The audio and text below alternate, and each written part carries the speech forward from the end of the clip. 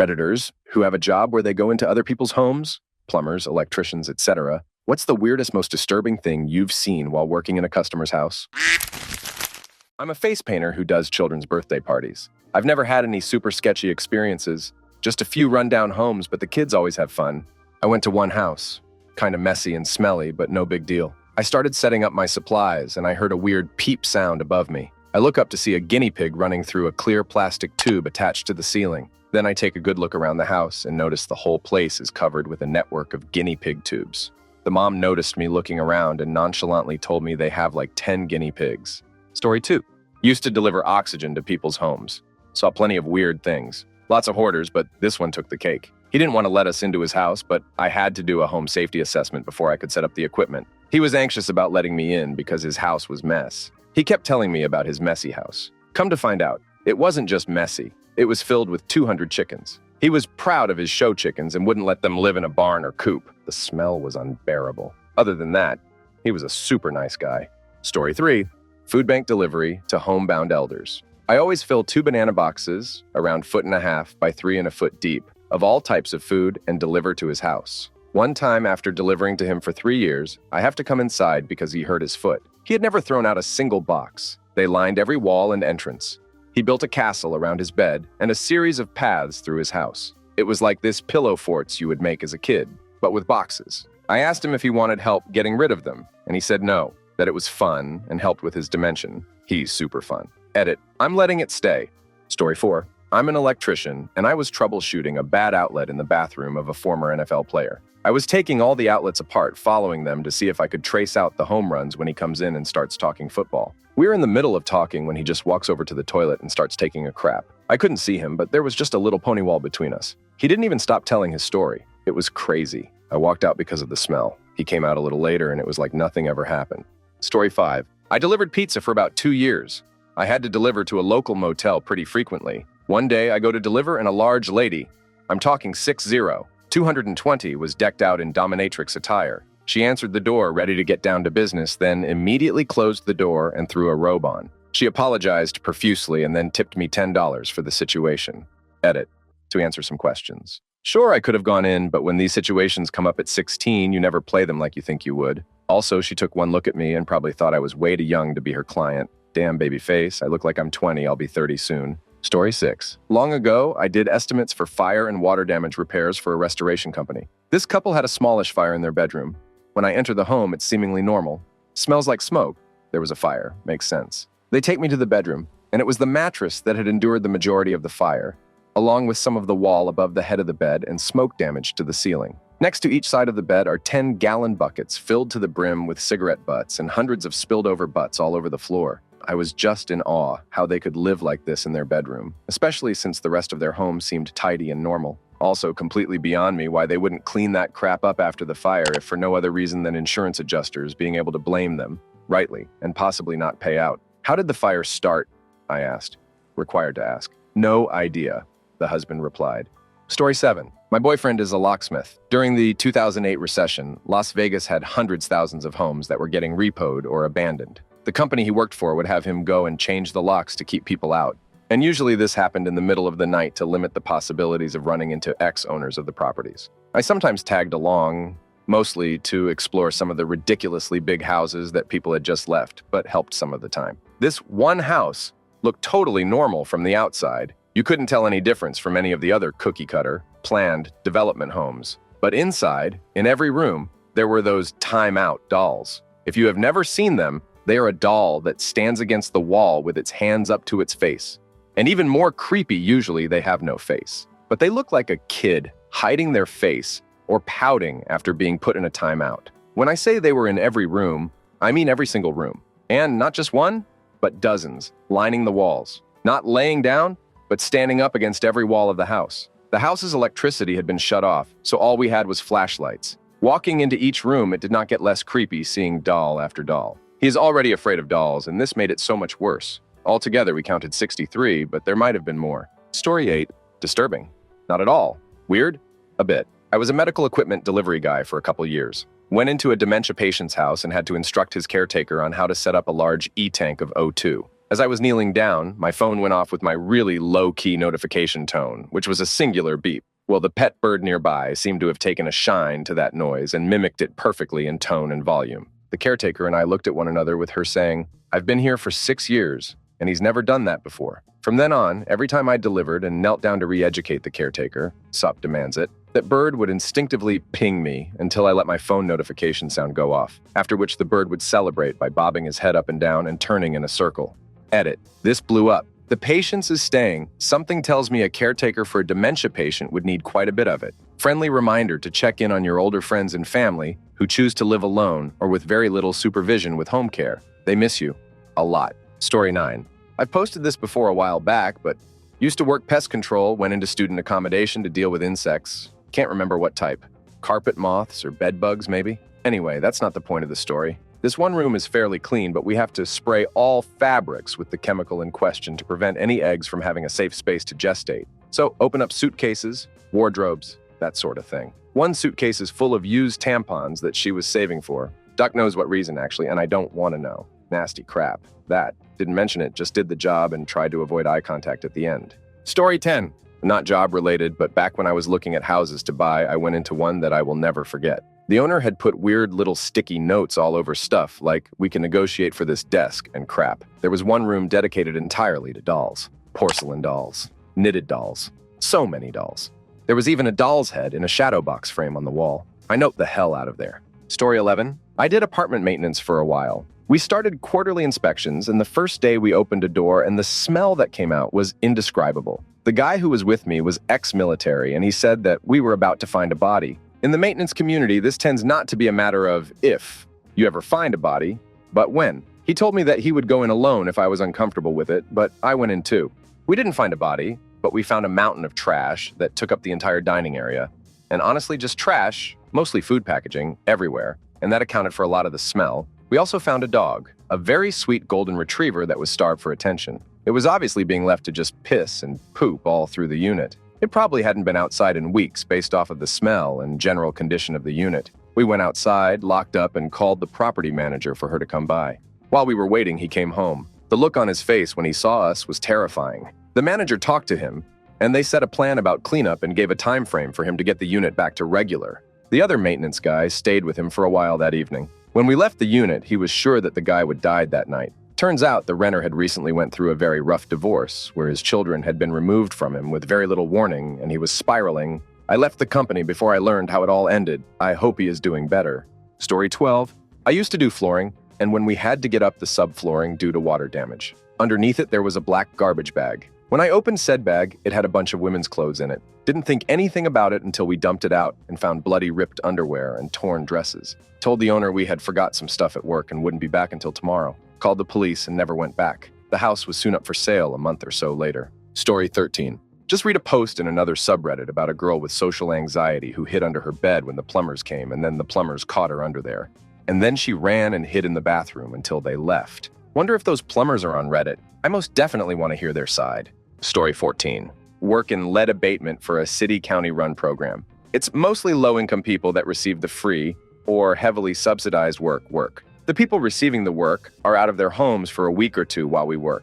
So many people will just leave so much food out. This one lady was going to be out of her house for 2.5 weeks while we did a bunch of stuff. She left a full raw turkey just laying on her counter. Of course, we toss it by day 4 because it's starting to stink and attract a lot of flies and bugs. A week later, she comes by and wants to get it to cook it, and becomes incredibly hostile when we tell her we pitched it. The city ended up buying her a new turkey that evening. Another family left about 10 pounds of raw chicken on their stove, like not in a pan or a bag, but laid out directly on the stovetop. Also threw that crap out. One of the more recent ones was a house that was occupied by a group of Nepali immigrants. There was about 3 full families, total of about 15-20 people living in the house. Apart from the human feces in the basement and the dead chicken they left, they had a little chick coop in the basement as well. Their house was infested with roaches. Not like seeing one a day, but opening a cupboard and dozens falling out. It was so disgusting. Another one.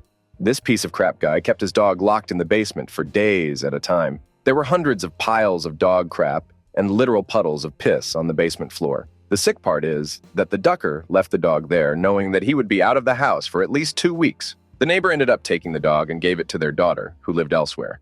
And last I heard, the dog was doing much better. But to clean the basement before we painted it, we literally had to spray Febreze in our masks to not throw up. A more sad one was this extremely old lady, like late 90s old. She needed someone to help her daily as even just getting up was a struggle.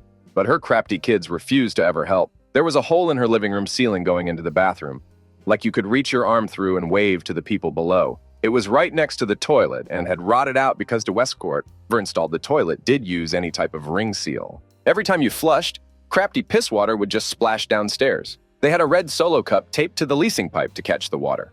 Now, for the ethically disturbing stuff. This program was for people with children under 8, because LEED has been linked to numerous developmental disorders like autism. Due to limited funding, in order to get the work done, the people had to prove they had a child in the house at least 4 days a week. Holy duck. So many people abused this, claiming they watched their niece-nephew 4 says a week and potentially taking away the ability for someone else to have the work done that actually had kids at risk.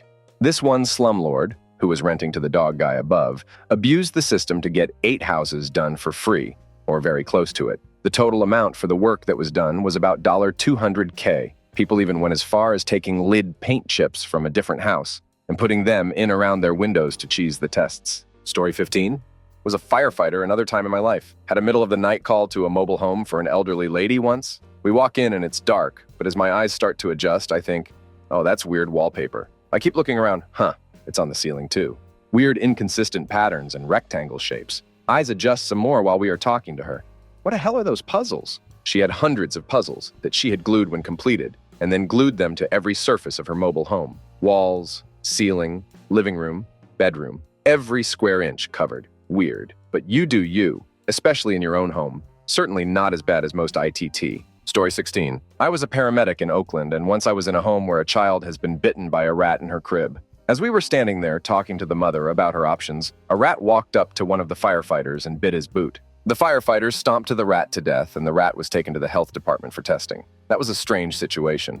Story 17. I delivered pizza. But for older customers, I'd always go into their homes to bring it inside for those who were severely handicapped or just didn't have the strength to bring their food inside. One time I delivered to this lady who was covered in cat hair, head to toe, and the inside of her house was rancid. I mean, I couldn't go in there without holding my breath. Every time. One time I went and she had in her kitchen on a table a paper plate with what looked like teeth. And I mean a lot of teeth, different colors and shapes, and just horrifically repulsive. Don't know whose teeth they were. From what I could tell, she had all if not most. Haven't heard any stories about her since, so I'm guessing she moved or something else. Never will forget that smell, though. Ugh. Story 18. Fire alarm inspector. Working in a cheap long-term hotel and knocked on a door where a larger man dressed in essentially a purple bikini opens the door half asleep. Entered to test the smoke detector and tried to keep my eyes off the bed, but I knew I had seen something. Tried not to look, but I did. And there's a big old purple dildo next to the TV remote. The detector then decides to not alarm in a timely fashion, so I'm just staring at the wall hoping it will alarm, so I get out of the room. Story 19. Not sure if this is disturbing or just weird. I used to help deliver furniture for my grandfather's upholstery business. One day we were delivering a couch to a rather expensive-looking home. Right as we walked into the front door, there was a floor-to-ceiling glass case built into the wall that was about 12 feet long and 10 feet tall. It was filled with those glass dolls of varying sizes. A few of them were at least 4 feet tall. Each one had a different outfit on. What made it extra creep was the fact that all of the dolls were angled so that they were looking at the front door. The only person that was home, not positive that they lived alone, was a 75-year-old man. Apparently, they are called porcelain dolls. Story 20. I am a journeyman house painter by trade, and I have been self-employed in the profession for over 20 years now. About 10 years ago, I was going to paint an older woman's home. She was probably 75. I was painting the kitchen and the attached small family dining area. All of the furniture was moved, carpets were out, pictures off the walls. This place was ready for paint.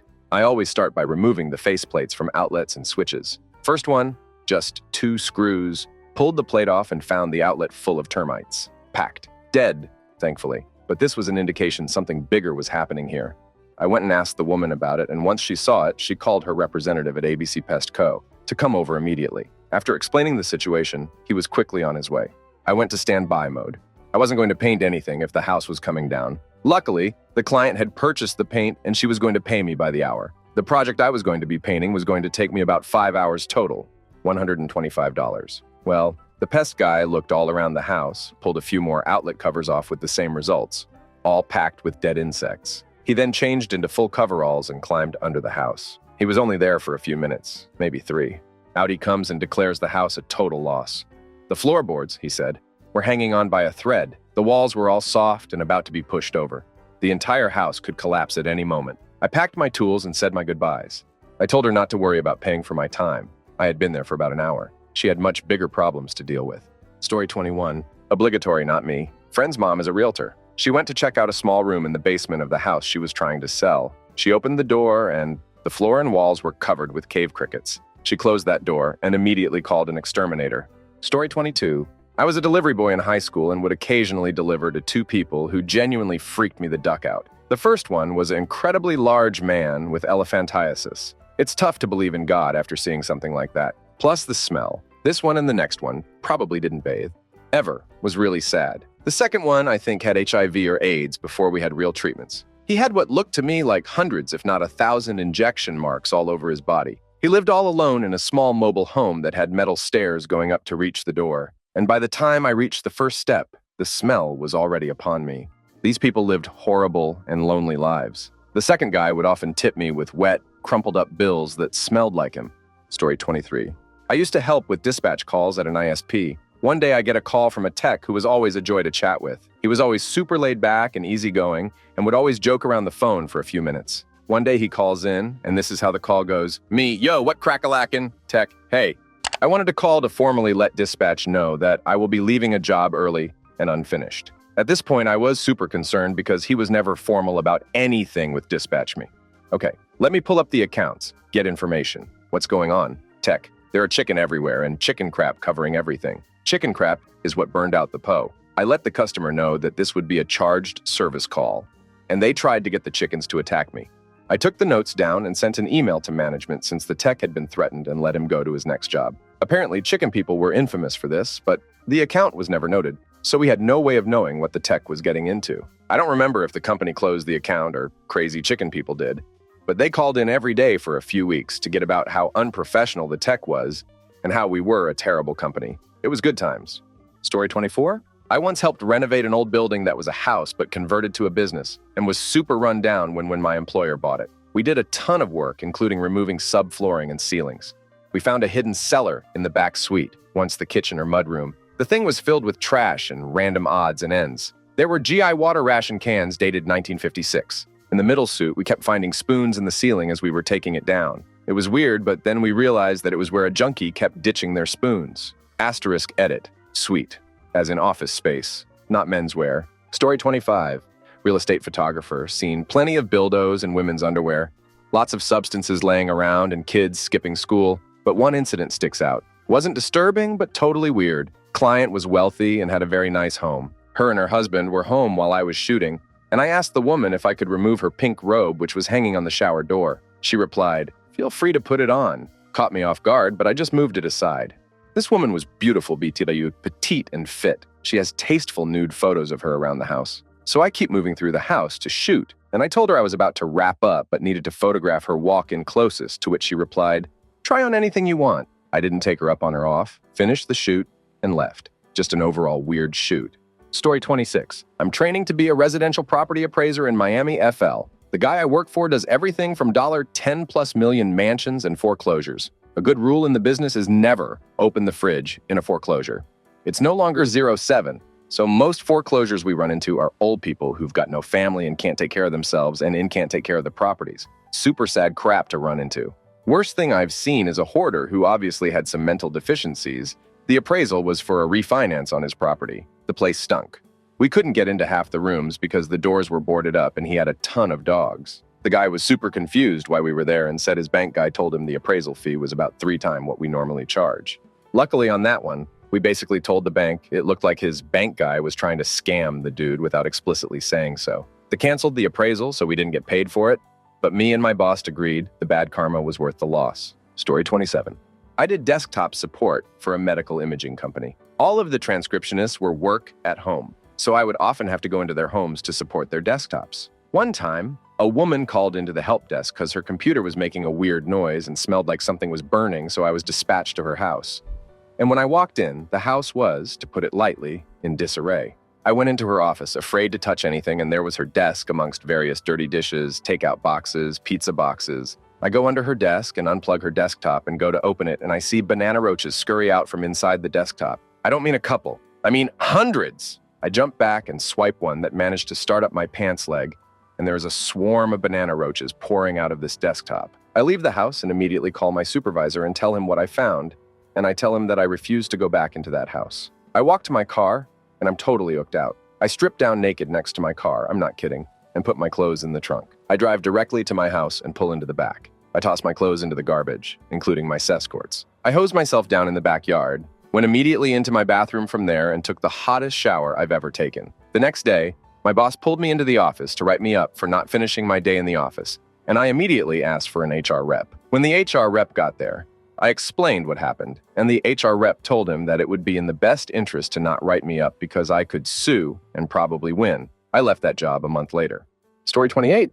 Not really disturbing, but still shocking. I'm a personal care assistant for elderly clients. I go into their homes and essentially just assist them with day-to-day activities. While organizing one of my clients' wardrobes, I found a stack of about 20 unopened Magnum Trojan condoms.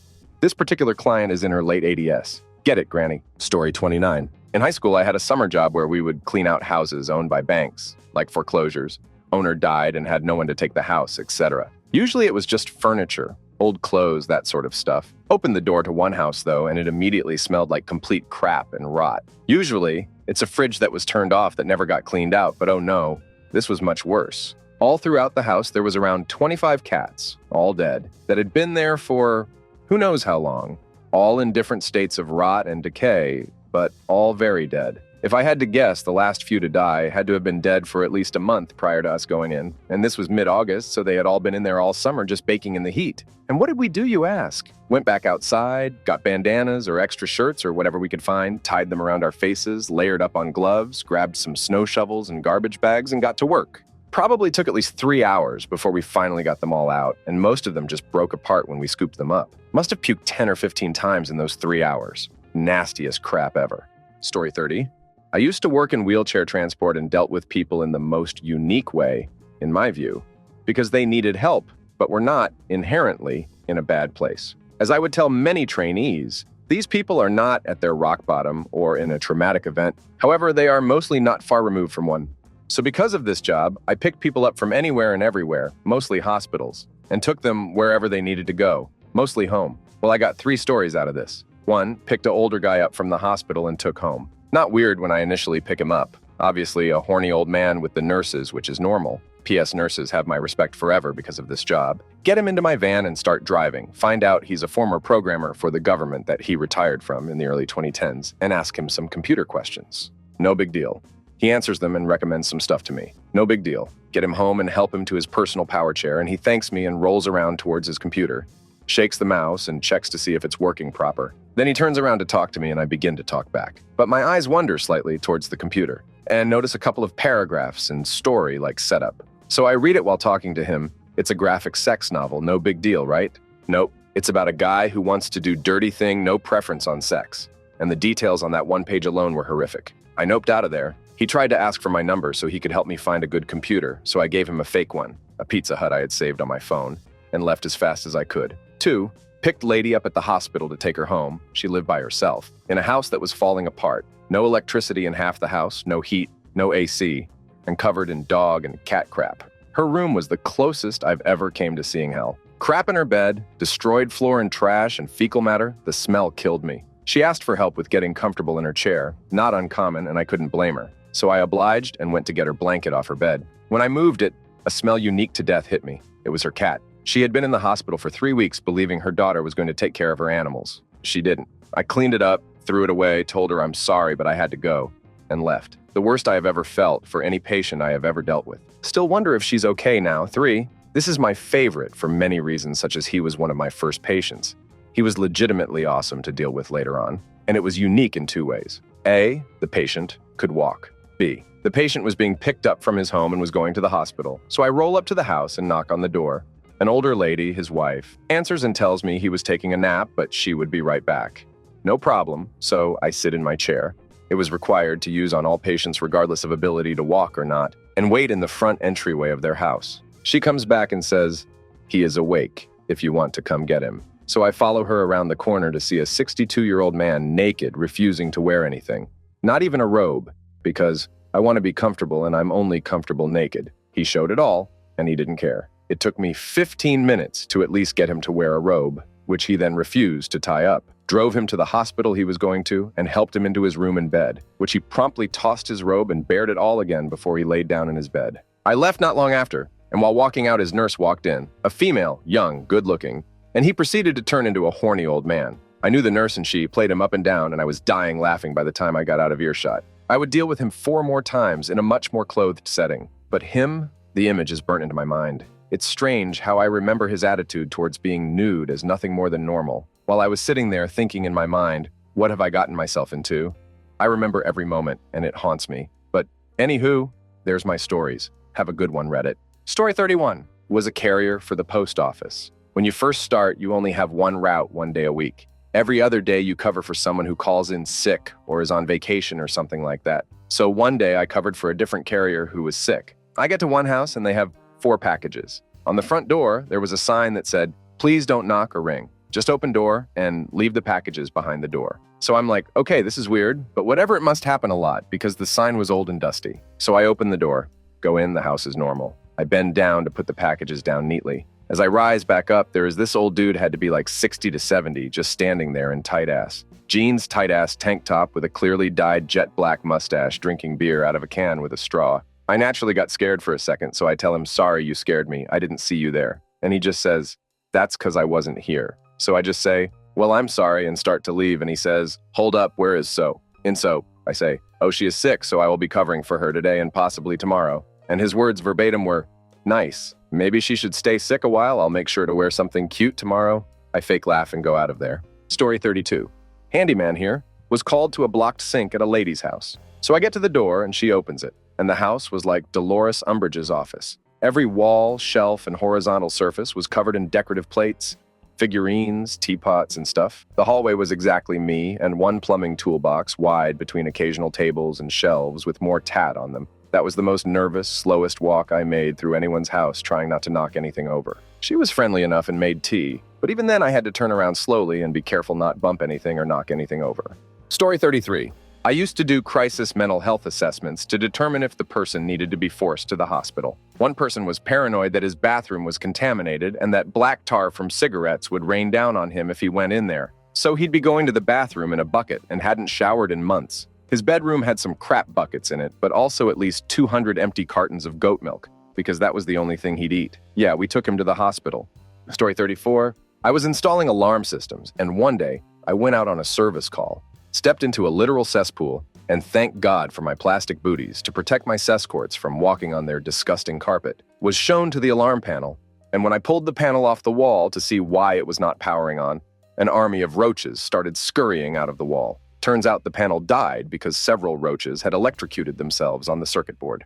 Story 35. I work as a maintenance guy in a 500-plus unit community. Let me tell you, I've been working here for 7 years and have seen it all from someone's house being completely infested with roaches to a person whose house was floor-to-ceiling hoarded with old newspapers. The one house I will never, ever forget belonged to a lady who had a lot of mental health issues. I went over to her unit to check for damages after Hurricane Florence. When I went in, I was overcome with the smell of pure sewage. I asked her if her toilet was acting up. She said she didn't know. I was like, "Okay, I'll check it for you." When I stepped in the bathroom, there was crap piled above the rim of the toilet. I asked her how long has her toilet been non-functioning. She said she didn't know she doesn't flush the toilet because that's how the devil gets in her house.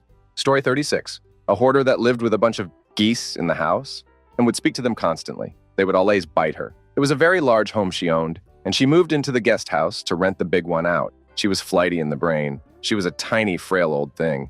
She left me standing in a hallway full of piles of newspapers topped with pots and pans. I'm just standing there, and I'm looking at these old BW photos in the hallway. I asked her who they were of. "They're of me, dear. She used to be gorgeous. She was some sort of old actress model. I just looked at the pics, then her, then pics. That's when it hit me how cruel Father Time can be." Then she yelped as another goose bit her. Asterisk size. Asterisk. Story 37. Oh Lord, here I go. I used to wash windows for a company a while back. Indoor, outdoor, window tracks, and screens. Well, we go to this one job.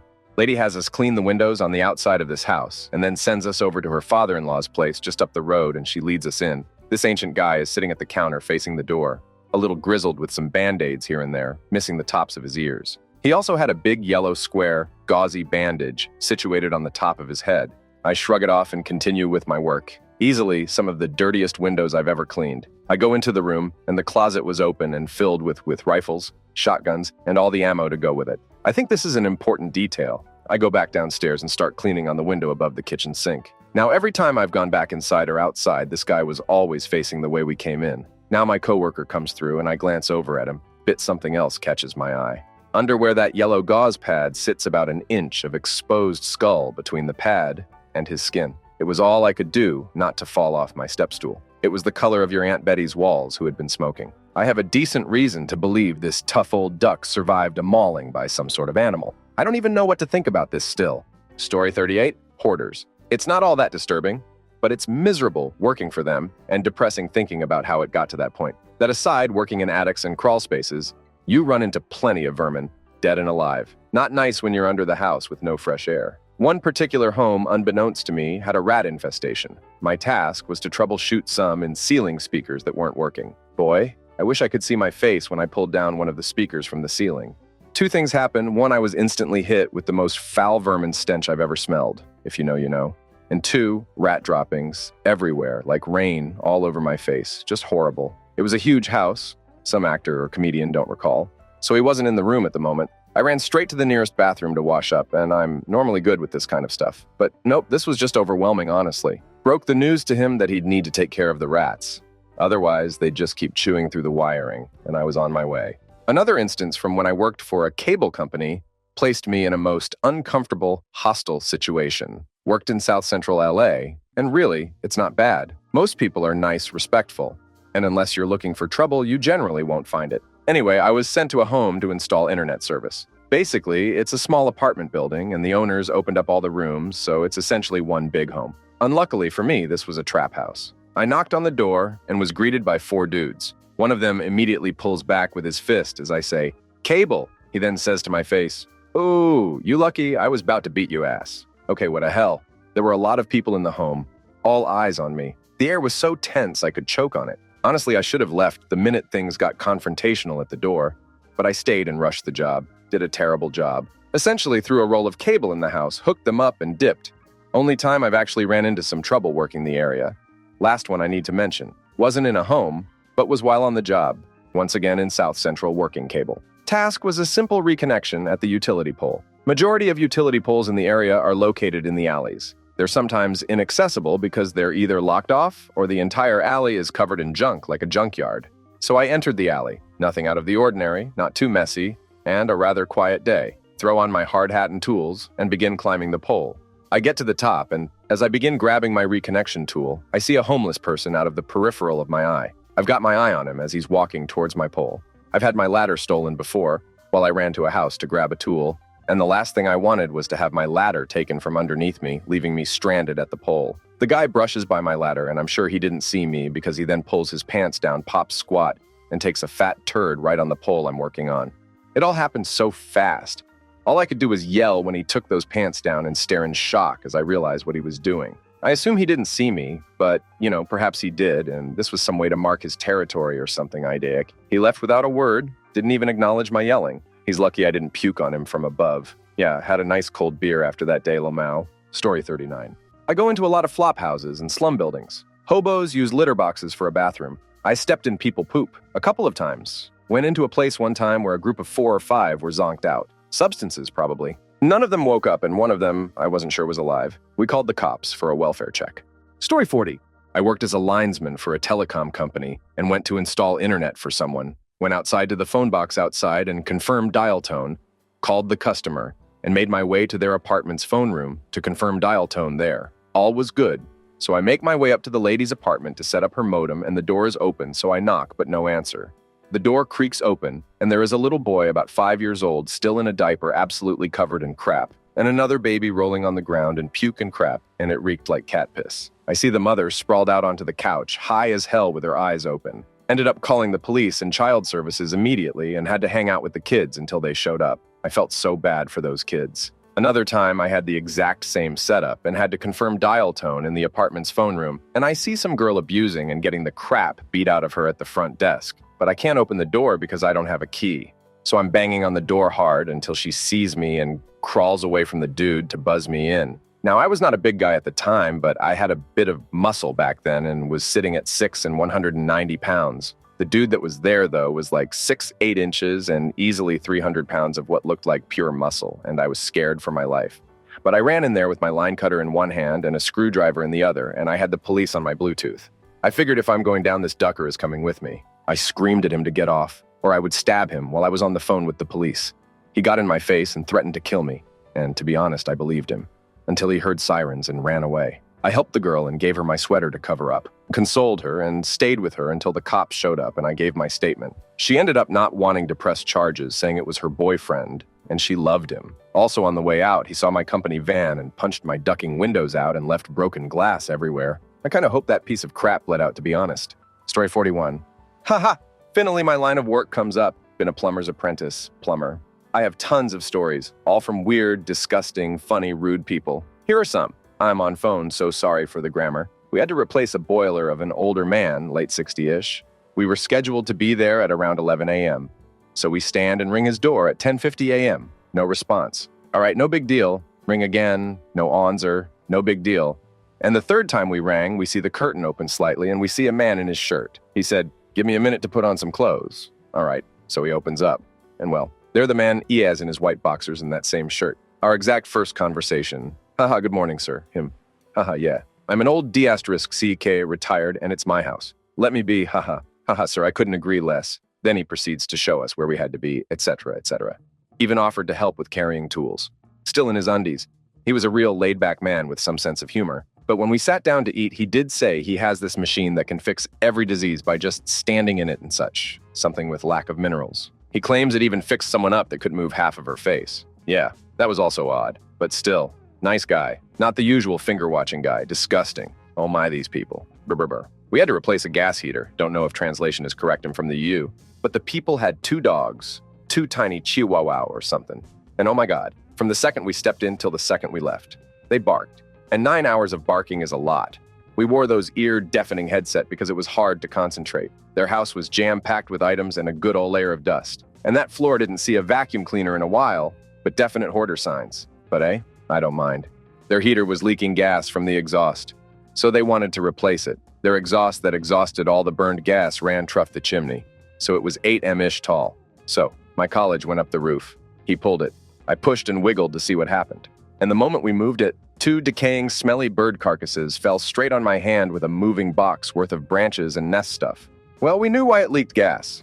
After cleaning the entirety of the chimney by using 2 lengths of PVC pipe, we had over 3 moving box worth of branches and leaves and crap, and a dozen of decaying corpses or just skeletons of mouse, bird, also since I was the apprentice at the time. Yeah, I had to clean it up. Yay! Ah well, got some more if someone cares. Probably won't get much attention, but hey, I like sharing my experiences. Story 42.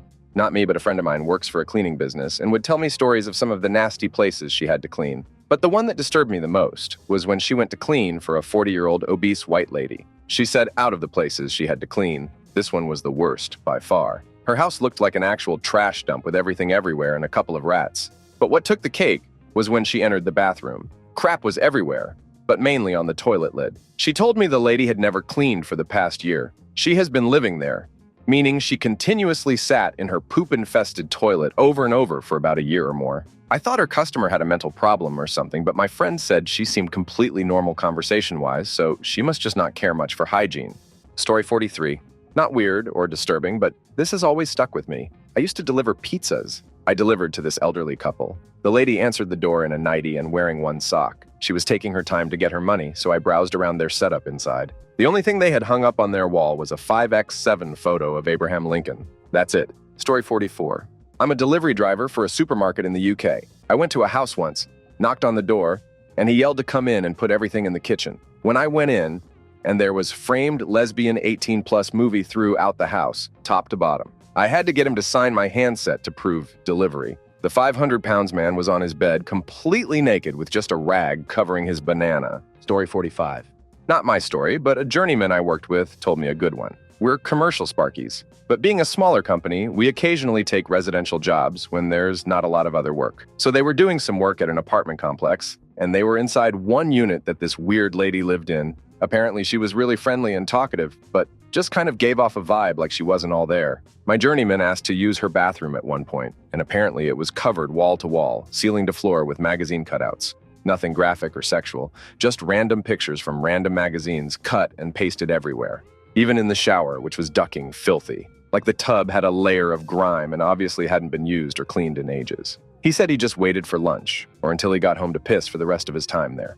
Story 46. I was a dog walker for several years. I walked into a few strange things, but one client takes the cake. And let me tell you, it's a doozy. And I want to note, the company, my client, and my client's mom were constantly updated about these situations. I wasn't just experiencing it alone and not letting anyone know.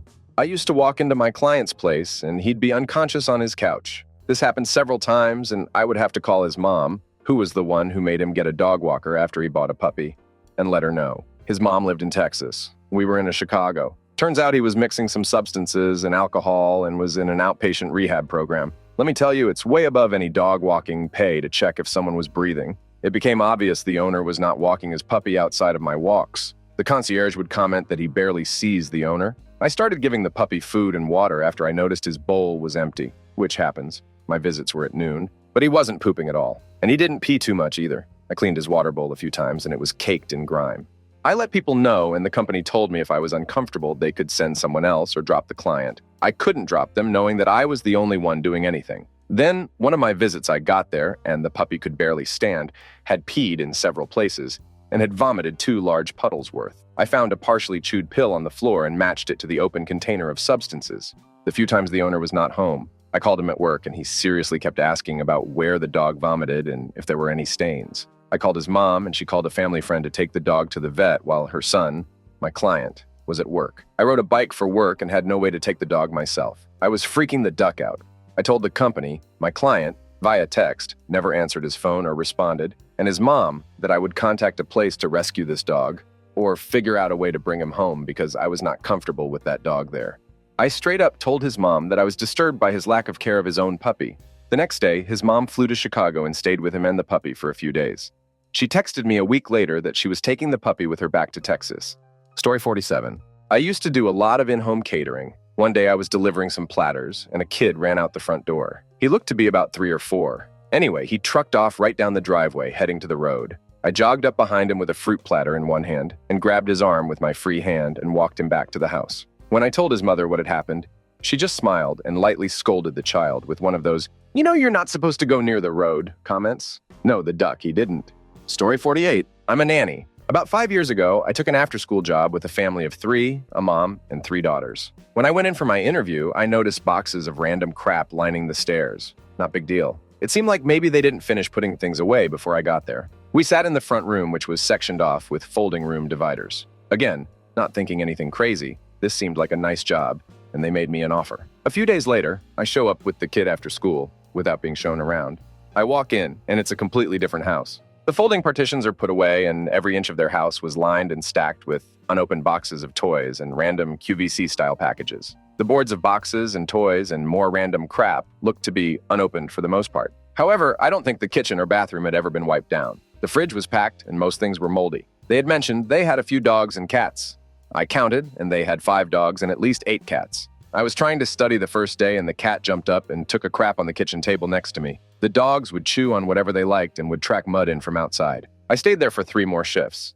The girl had asked, which was challenging, but I couldn't even focus or begin to help her when she had a meltdown because of how much stuff was around that she could turn, grab, and throw at me. I only worked for them for a week, but while quitting, the mom said I was insensitive for putting her daughter through having to acclimate to a new nanny. I told her she was doing herself, her children, and her pets a disservice by letting them live in a home so vile. Never regretted that. Regretted. Story 49.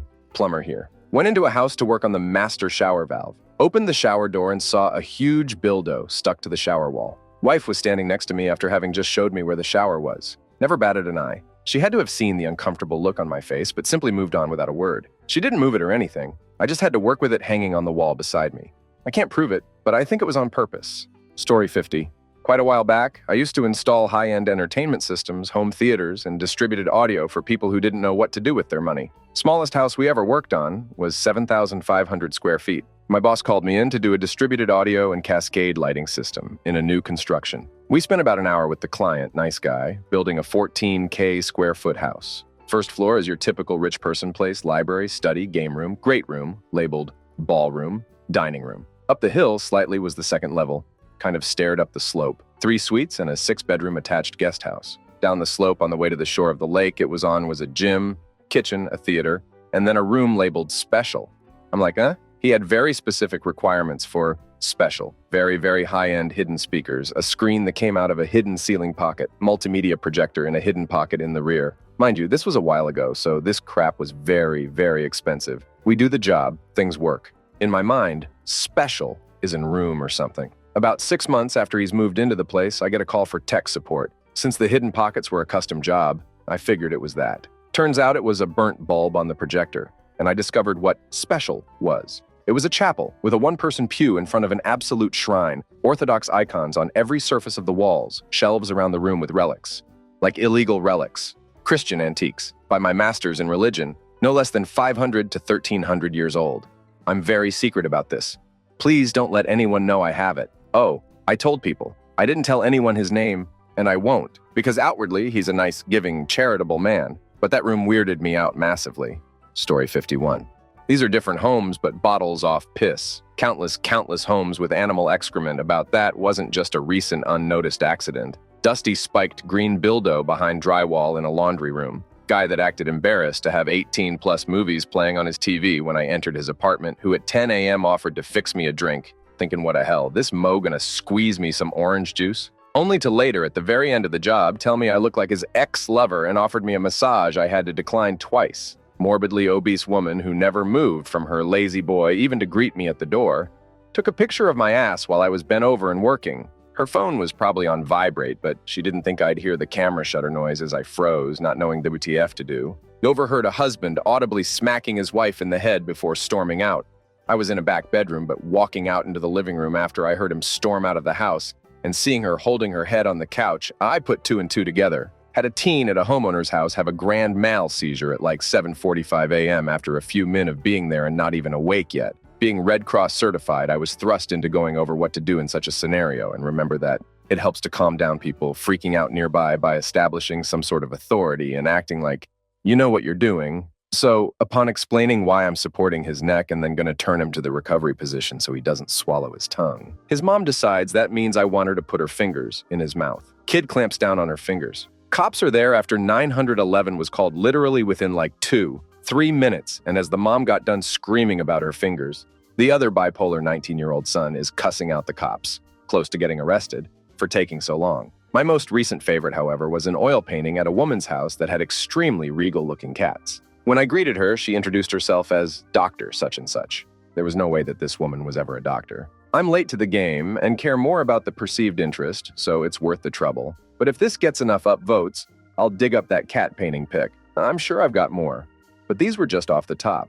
Story 52. Spent a year shopping for a house to buy. After a while, you really see some dark reaches of humanity. So here's the most applicable house for this thread. We visit a house for sale, and it's occupied by 2 young teenagers, no adults, and they just say have at it and leave. As we enter to check it out, the entire upstairs rooms have been converted into a series of desks and small beds bolted to the floor. Some kind of school? Well, then we get to the basement. Nice, large, carpeted basement with stacks upon stacks, floor to ceiling everywhere, of thousands of various advanced volumes of Scientology books. Wife and I just went, okay. Most of the books were huge, hard-covered, and several inches thick, and locked, with a weird plastic casing that you cannot open without a key or something. Story 53. I go on a house call to pick up a recently deceased guy. It's me and the funeral director, who is 6 by 250 pounds of muscle. A lot of times, when someone is on home care, they will get the hospital bed installed in the living room or frontmost room because it can't fit through any of the interior doors. It's just a thing. We get to the house. It's small, older, not in great shape. The family meets us outside, and we all go in to assess the location of the pickup. Hospital bed in the living room. Usually this makes it easy and is no problem. This living room was probably 8 feet by 12 feet, and the bed is in the middle. It's going to be a tight squeeze. One of the only decorations is a life-size cardboard cut out of a Hooters babe, just front and center. The wife and 4 sons are all there too. We tote the cot in and have to wedge it in. There's maybe a foot between us and the front door. Also, dead guy is a big boy, like 300 pounds big. The 4 sons offer to help, and we are like, yes, please. So I take control of Guy's head so he doesn't smack it on his way over. I'm leaning over the cot, and the other 5 people get ready to shove him into the cot. The sons are big and strong. The director and 4 sons had 3 times as much power as we needed to do this job. We do the 123 go, and they straight up shove his face into my boobs. I'm in a suit and I'm covered to my collarbones, but damn, they shoved this dead guy's face full force into my boobs. I immediately hear the sons laughing and I'm mortified. Now they are also crying. The wife is crying, but the sons are laughing and crying. One of the sons says, just like Dad, getting one last show. I just tell the director I need to grab the clipboard and run out of the house as respectfully as I can. Dead guy gets one last show. Story 54. When I was a teen, I joined a newspaper sales gang. A man would pick up 6, 8 of us and take us to neighborhoods to knock on doors. I did that for 3 weeks. One time, I got the pre-verbal little old lady. She almost dragged me in. She had hot cookies, said she saw me coming up the block, and milk waiting. This was way out in the sticks, too. She didn't get weird, but she bought every magazine and newspaper I could sell her. She was lonely as her husband had died a few years before. Now for my submission. I found a rundown house with flea-bitten dogs growling as I came up. I knocked and a woman answered the door. I made my spiel and she lets me in. First thing I realize is the floor has a half-inch of water on it. Then I see 2 young guys at a table in jeans, tank tops, and boots. They have a shotgun and a hunting rifle on the table and are cleaning them. I try to sell the lady a subscription. By then, the guy with the shotgun has it together and loads it. She asks the kids if she should buy a paper. This is looking more like Deliverance by the second. Kid with the loaded shotgun, sitting in a filthy room with water covering the floor, drops the weapon straight on me. He looks and asks his brother what he thinks. Brother has the rifle together by then, loads it and drops it on me also. I don't know why, but I ask what they think. Not in a smart-ass way either. They look at each other and take the guns off me. Then they told me no, and I go out the door quick. I tell my boss, and he said with no witness I got nothing but a story. Now you got it. Story 55. I work as hands-on customer support for electronics. If people don't understand it on the phone, they can ask for physical help. That's where I come in. I went to a pretty nice house that didn't look off at all. I rang the doorbell, and the guy opens the door to let me in.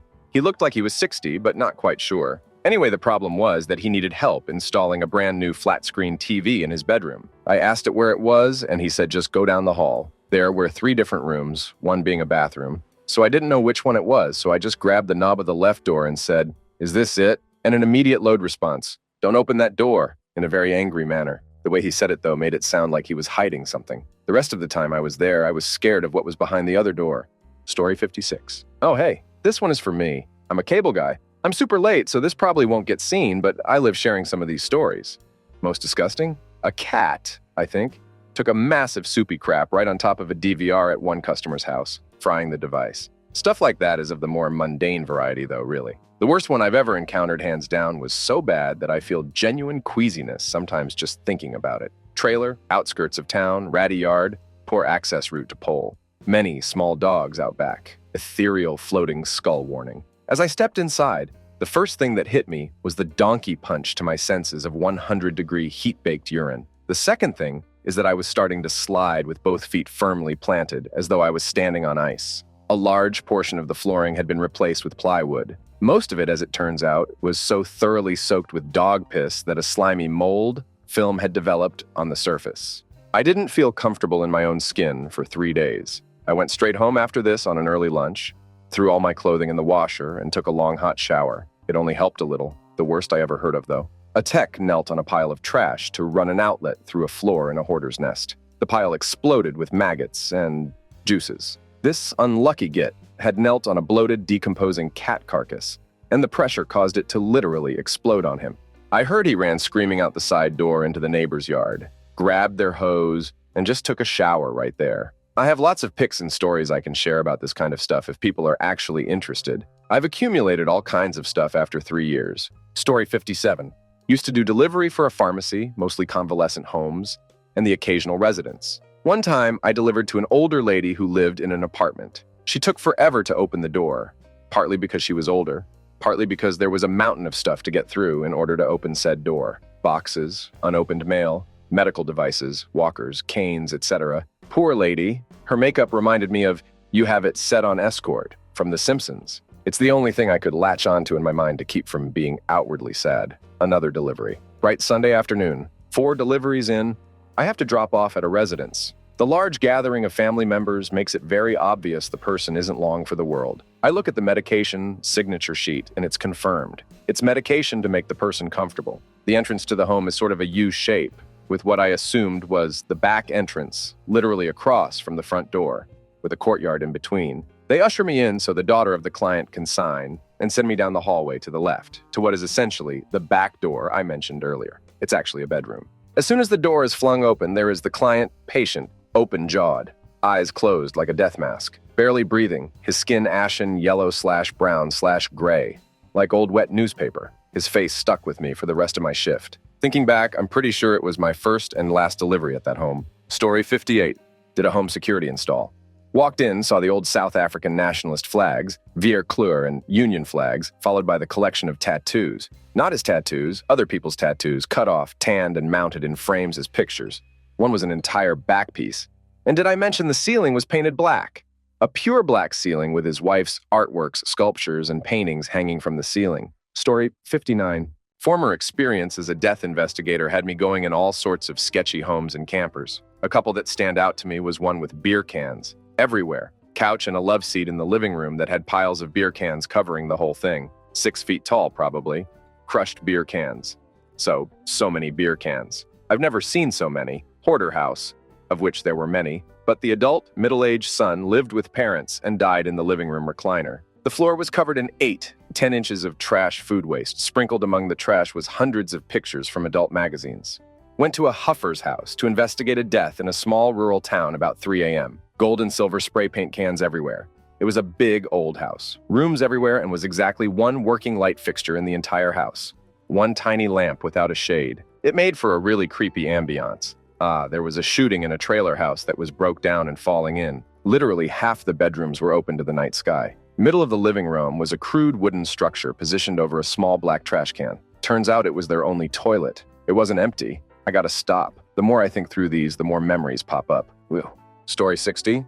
It was disgusting. The people were so extremely nice, but I felt like I was going to vomit. I could barely walk. There was crap everywhere. I don't know how it was considered a biohazard. There was month-old microwave dinner sitting out, plates, dishes, old food everywhere.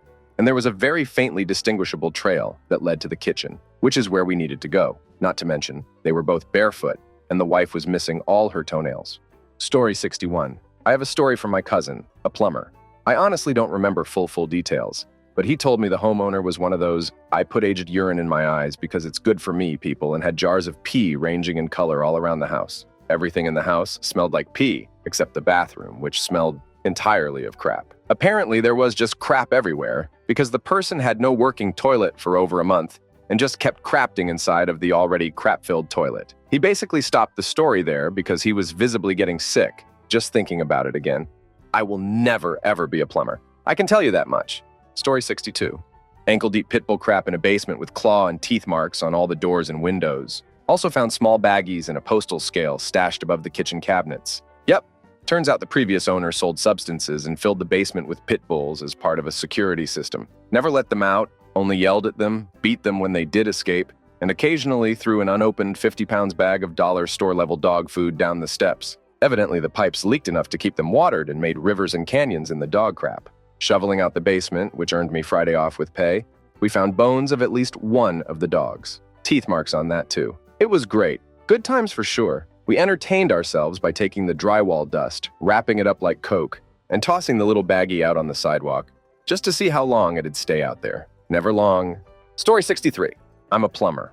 This may not be safe for work. I was sent with my coworker back in the mid-90s before I started my own business, and I went upstairs to replace an old toilet in the master bath, while my coworker went to the basement to get started on the addition. Anyways, the homeowners weren't there at this time. When I got to the master bedroom, it literally smelled like crap, but I thought that must be why they wanted a new toilet. Sitting in front of the bathroom door, blocking it from being opened unless you moved, it was a clothes hamper, covered in women's underwear, at least 25 or 30, and they all had really obvious crap stains in them, with obvious crap still on them, not just skid marks, and were strategically placed to display those crap marks.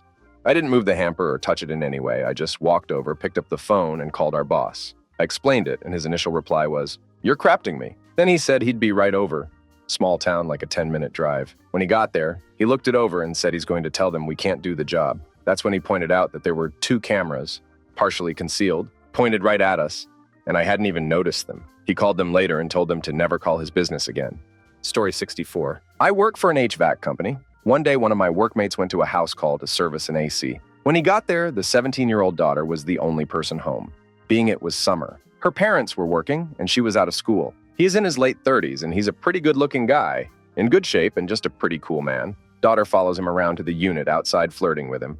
She wouldn't leave him alone, even stood at the attic entrance talking to him when he was working up there. All she did was flirt and hit on him. Finally, after 20 minutes or so, he gets annoyed and texts the office, "Send another tech here ASAP or I'm leaving this for tomorrow." We were so busy, he ends up leaving. The next day he shows up and the owner wants to talk to him. Apparently, the little witch tells her parents he was hitting on her the whole time. The poor guy was mortified. He was in tears because he was so scared his life was about to change big time. Thankfully, the little witch was known for being a brat, and the parents knew she was lying. So now the company won't allow us to work in-house unless someone 18 or over is home, for our protection. All the techs are really happy the company is looking out for us. Story 65.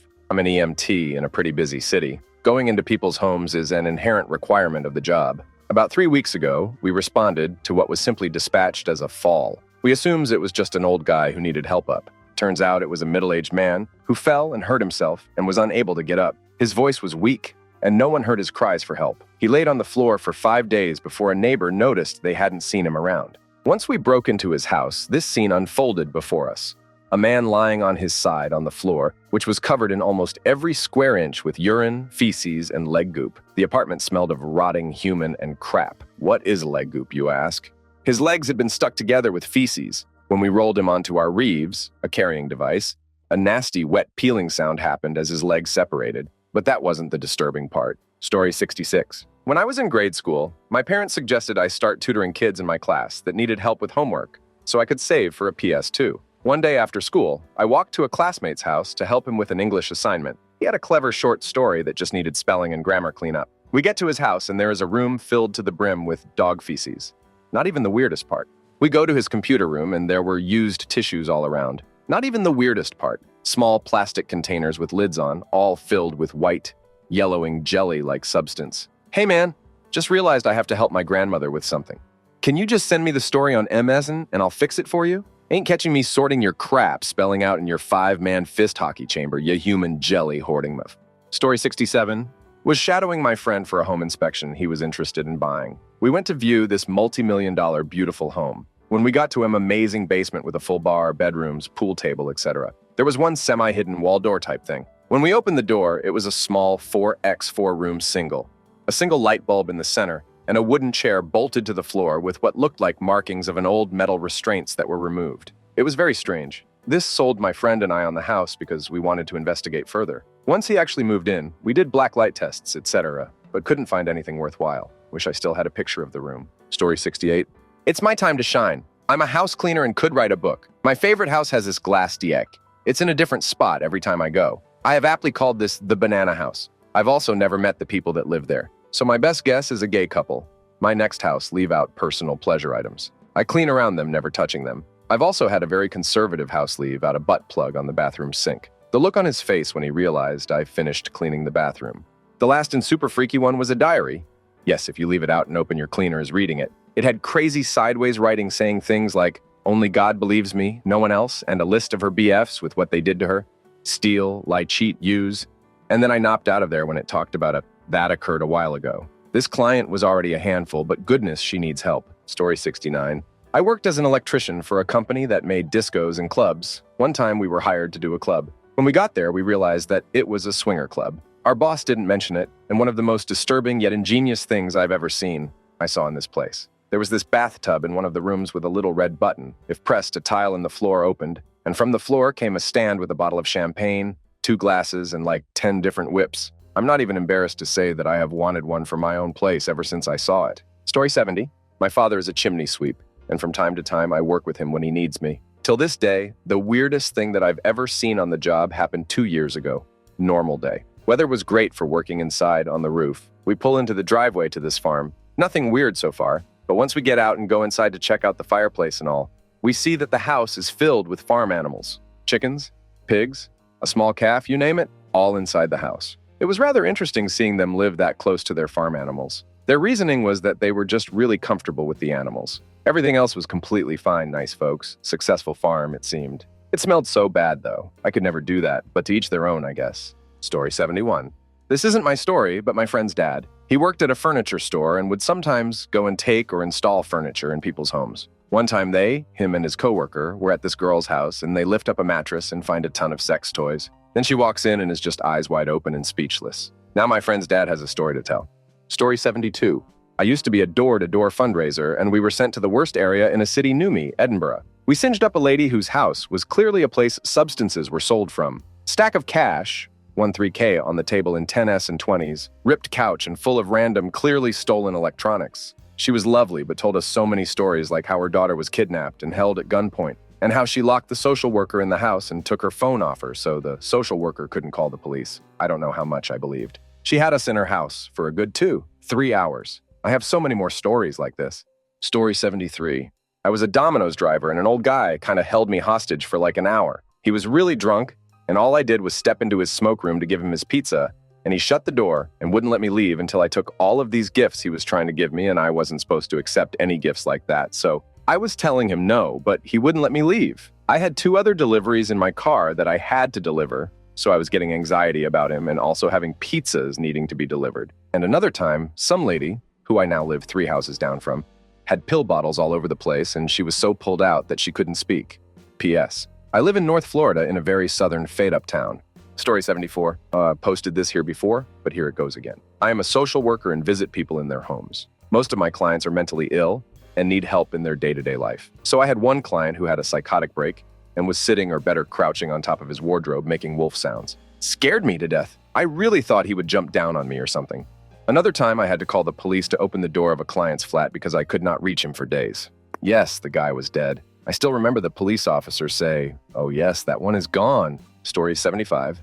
I worked as a maid on my own for a year. I was dusting in the living room when I came across shelves with dozens of pictures of this one boy throughout his life. I figured he was a doted-on, only child until I saw a plaque with his name, birthday, and death day on it. The family had a teenage son who died the previous year. Later on, when I went to look for a mop, as I didn't have my own, I opened a door thinking it was the supply closet. It was the dead boy's room, left exactly as if he was still living there. Clothes and hockey trophies and everything. Story 76. A nest of exploded spiders. Got a service call about a homeowner's power being out. Checked a few lights and plugs before heading for the panel. There was a sour, smoky smell as I got near, which was very different from the ozone smell I'm used to. When I took the cover off, the smell was stronger, but everything seemed okay until I saw a hint of soot from behind one of the breakers. I pulled the breaker out and was greeted with the sight of dozens of exploded baby spider and burnt webbing. Apparently, when the little ones hatched, they started dragging safety lines behind them, and as soon as enough of them got onto the bus bar, it shorted through the silk and sent them all to spider heaven, or hell. Story 77. I don't go to other people's houses for a living, but my mom does. She's a home physical therapist. A lot of times she goes to people's house to find out that they're such hoarders that she can't even get into their house. The worst one, though, was one time she went to a house that was covered in human feces. I wish I was joking. She had to disinfect herself as soon as she left the house because of how bad it was. Story 78. I don't go into homes, just backyards. I'm a pool dude. You can easily tell who's a hoarder or creep pretty easily. I'm extremely interested in this thread. Worst I've had is dealing with a guy who was trapping and drowning neighborhood cats. It left me very disturbed, and I don't even know if animal control followed up on it. That was almost 7 years ago, and I still get upset about it. Story 79. I've told this story before, but I'm a carpenter, and I got a job to do some work on an old house owned by an elderly lady that had passed away. The house was a perfect snapshot of the 1960s and had some really cool stuff in it. The weird part is that in almost every room there were mannequins fully dressed in 60s clothes in various scenes. It was really bizarre.